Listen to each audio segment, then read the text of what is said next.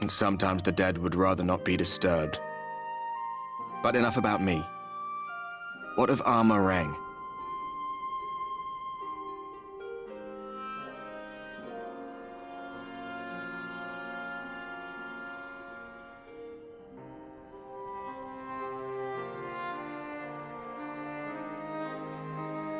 I see.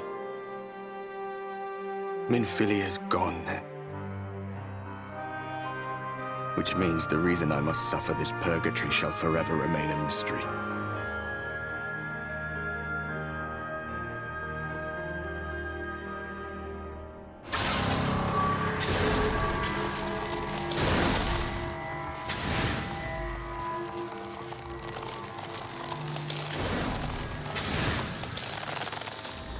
What's the matter?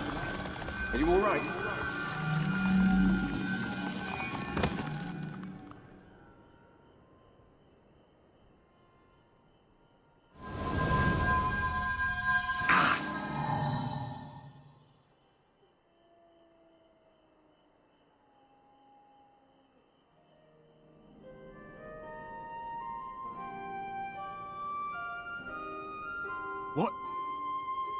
What just happened?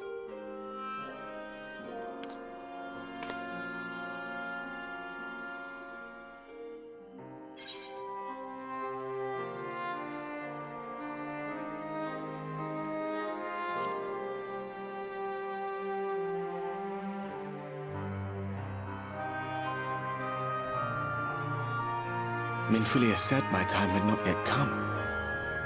That I still had a role to play. Not even the most valiant heroes can stand alone. No, it couldn't be.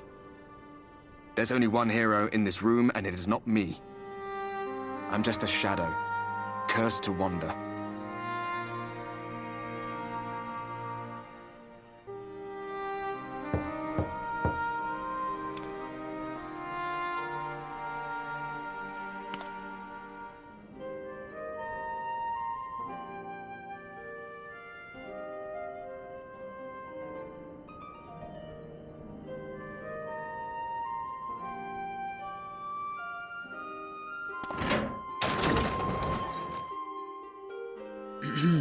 Forgive the intrusion, but Minfilia, that is, Rean, and the others were asking after you.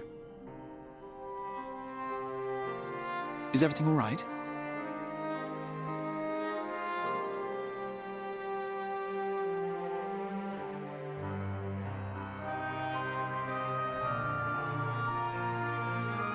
That pain again? And did it pass?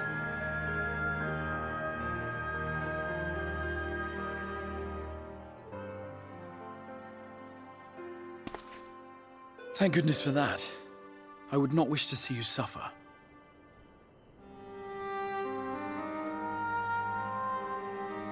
Though I know only too well how much you have suffered on our behalf in recent days. Indeed, I have no right to impose upon you further. Nevertheless, I must ask one thing of you. That you survive this, no matter what. When the dust settles, you must return to your world, for the battles to come and the wars yet unwon. The final Light Warden is all that stands between us and victory. There is still much we must do to prepare, but for now, I will see if there is aught that may remedy the strange affliction which plagues you.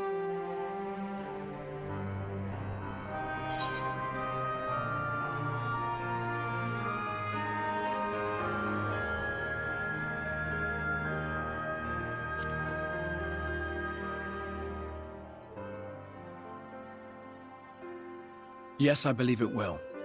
Once the tyranny of light is ended, the people of the Crystarium will be safe, and the future that must be shall come to pass. I'll not keep you from your rest any longer. Take as much time as you like.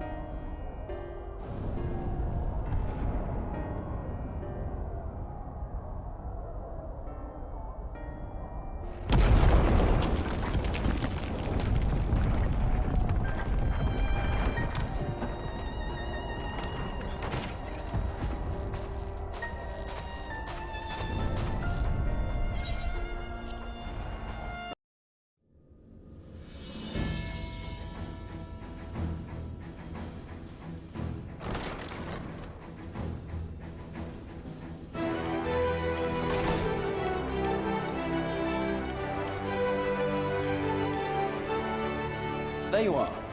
May I assume you've had your fill of rest?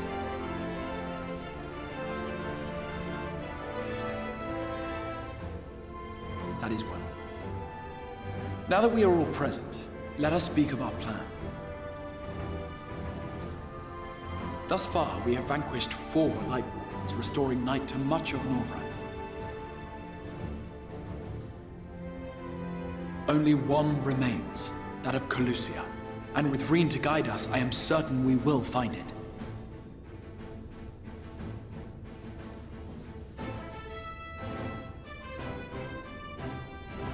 We're so close now. If we can just take care of this one last Warden, we'll rob the Sin Eaters of their final foothold and drive them out of Norvrand once and for all.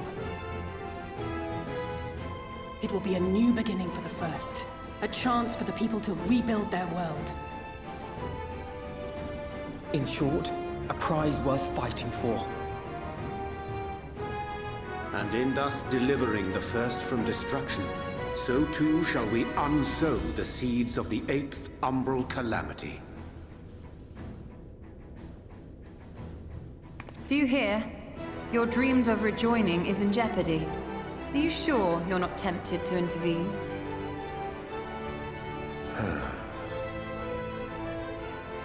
You labor under the misapprehension that vanquishing the Sin Eaters is tantamount to saving the world.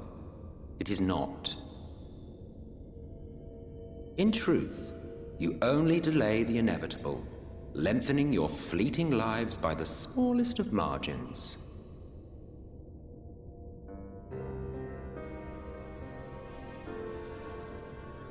Twould be churlish of me to deny you this small concession, close as we've become.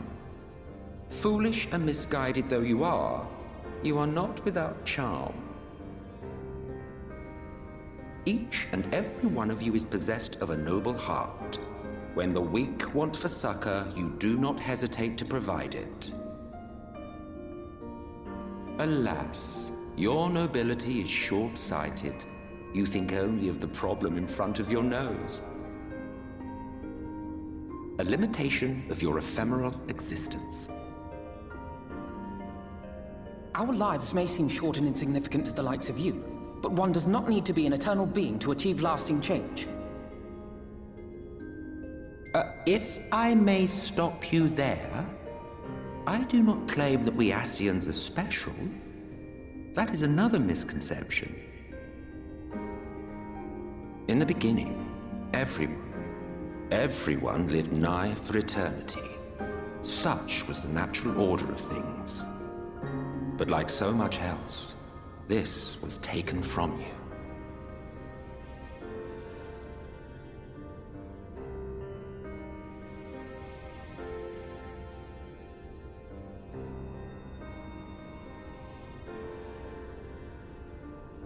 You won't object if I borrow your plaything?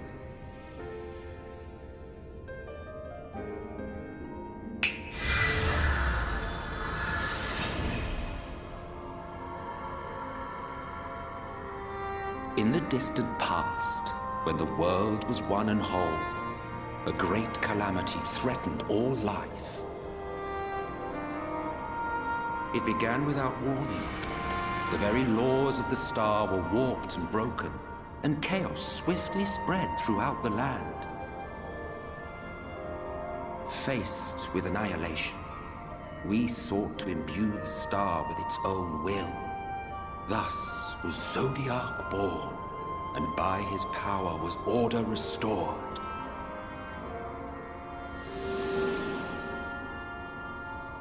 Ere long, however, thankless fools began to fear that Zodiark's might was too great, and so they conjured another to keep him in check. Your own dear Hydaelyn. And the two beings waged war until, with a single devastating blow, Hydaelyn unmade Zodiark, scattering his being across space and time. So you told us in the Katana Ravel. Yes, yes. And there began our woes, with Hydaelyn's blow and all that it wrought. As a counterbalance to Zodiark, Hydaelyn was created with the power to enervate her foe. This singular ability strikes not at such banal things as flesh, but everything that defines the target, diluting its existence. For example, were she to strike you,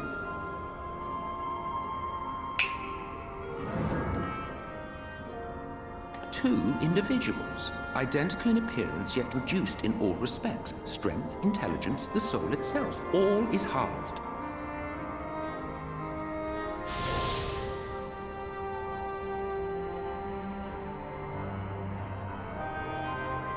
Do you see? This self-same fate befell not only Zodiac, but the very star.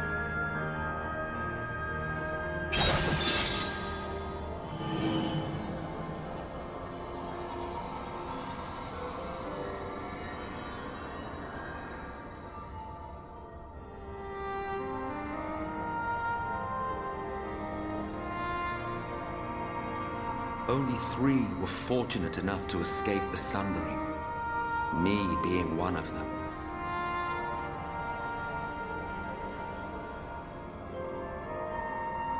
When I beheld the shattered remnants of our home, I knew deepest despair.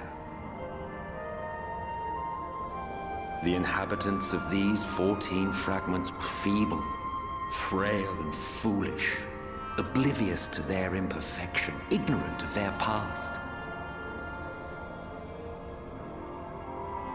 Malformed creatures thrashing blindly about. Pitiful, disturbing, depressing. So, we took it upon ourselves to rejoin the worlds.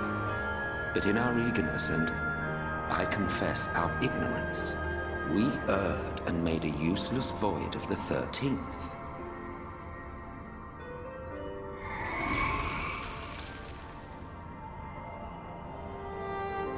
It was only afterwards that we discovered a connection twixt source and shard. A flow of energy that maintains elemental balance. And thus did we arrive at our time-honored modus operandi.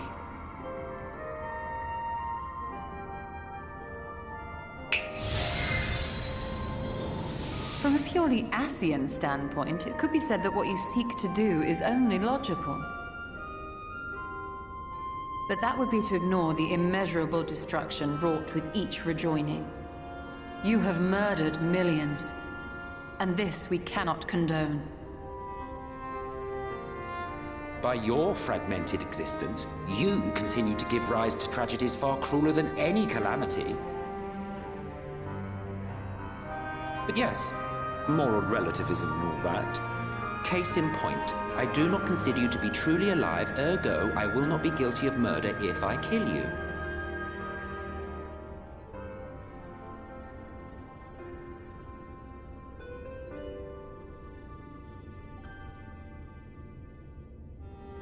Oh, don't look at me like that. You for whom I have only the highest expectations. A vaunted hero of the Source, 7 times rejoined.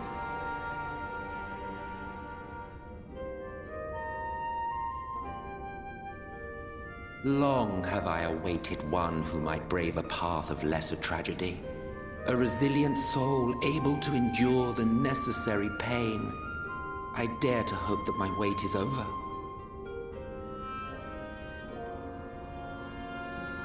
So, finish your task and slay the Light Warden. Make proof of your usefulness, and then we may speak again.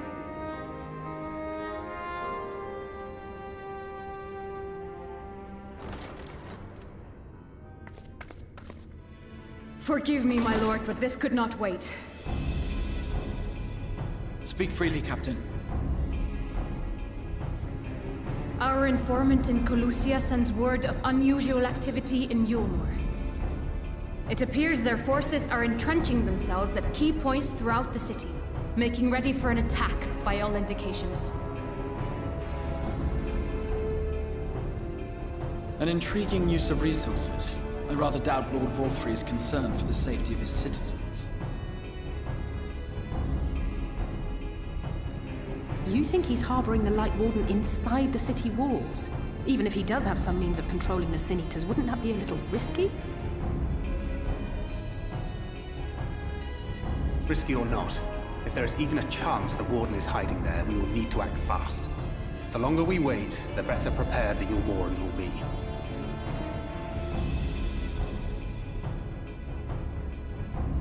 Agreed. See to your preparations then and make for Calusia. God's willing, this hunt will be the last. Let us see it through to the end.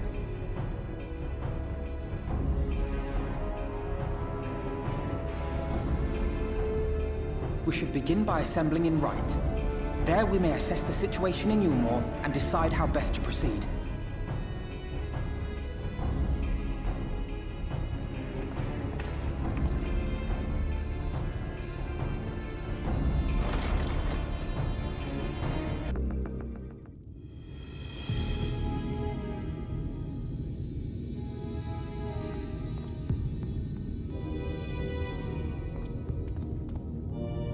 Strange.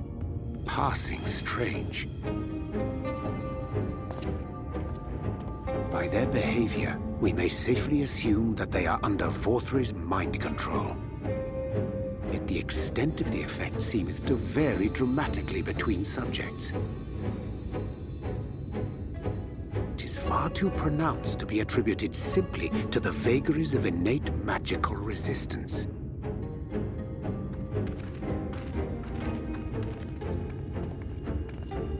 Curiouser and curiouser.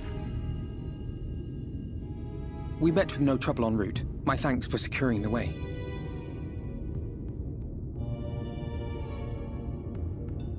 But given the state of the townsfolk, I see we were never in any danger of being recognized.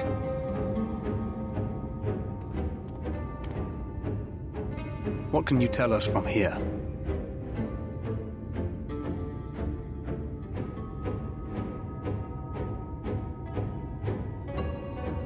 I sense a powerful eater in the uppermost reaches of the city. But there's something different about it. Its light is impure. We need to get closer. Oh, so that one's Alphinaud. Well, unless you're triplets.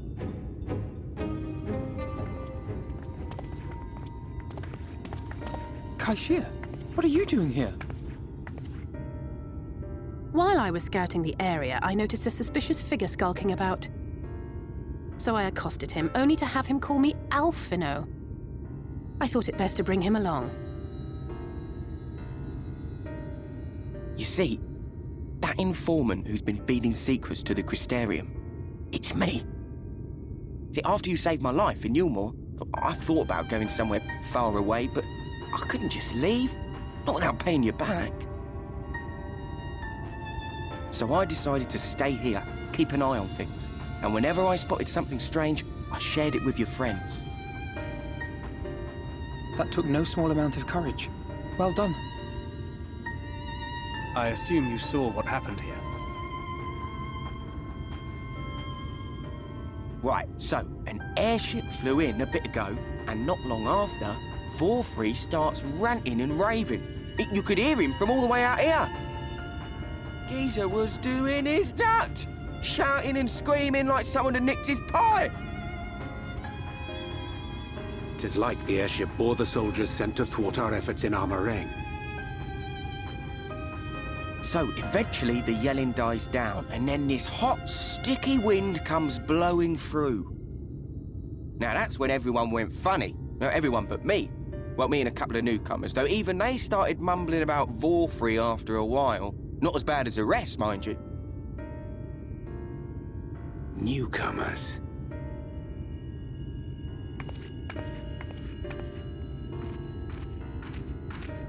There's something I need Reen to see.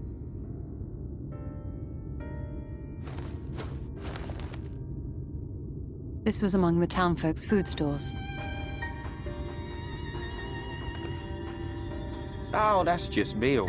Yulmore doles the stuff out. No, it couldn't be.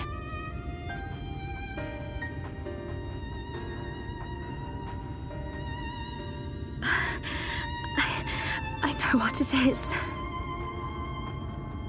It's Sin Eater. Meal is made out of Sin Eater.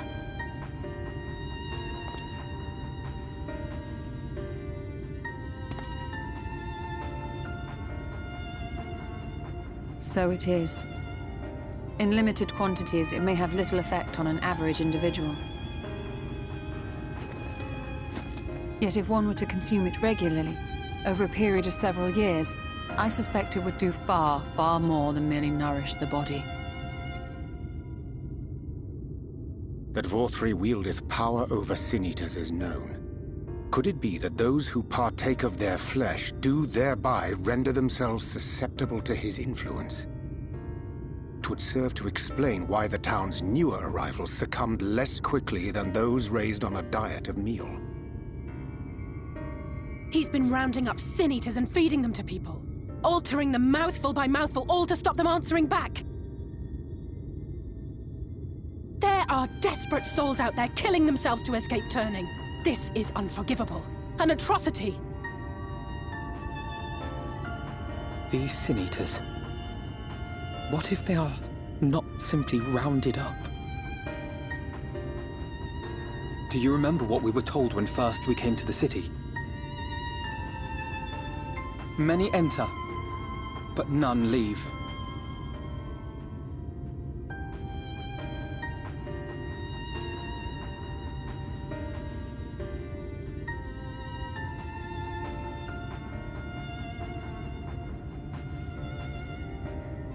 Let us put an end to it. To this paradise built upon the bones of the poor. Vorthri's deeds are beyond justification. Beyond forgiveness. Evil. It's highly probable that the Light Warden is waiting for us somewhere in there, and I'm all for going after it. But our enemies know our faces. They know that we are coming, and they will not let us through without a fight. Like it or not, the time for stealth is past. Now, my friend, if you would be so good as to lead the charge.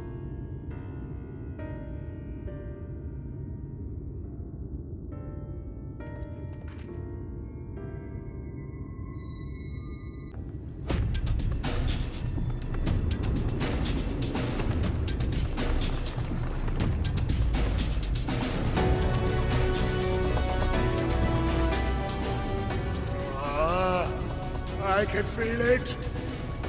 A dark presence in my domain! Ah! It's them! The villains who would sow chaos in my perfect paradise! Keep them away from me! I command you! Keep them away!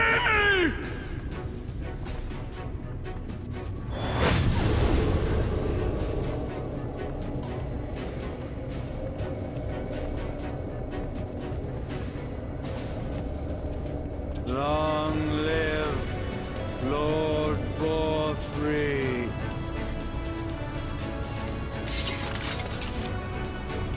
He would use his own people as shields. This area is older than Gatetown. There are bound to be far more civilians under Vorthri's control. But they do not act of their own free will, and we must not harm them. As if we ever would. Press on with Alphinaud. We'll hold off the civilians and join you as soon as we can.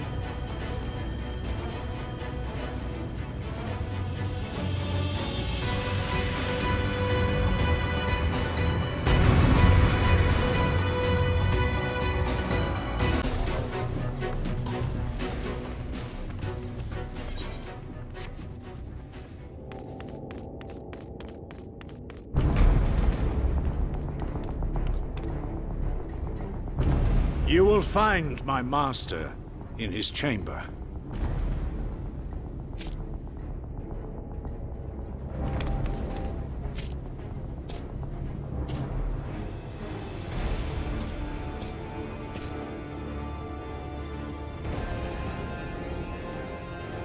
But only should you kill me this day, and you will not.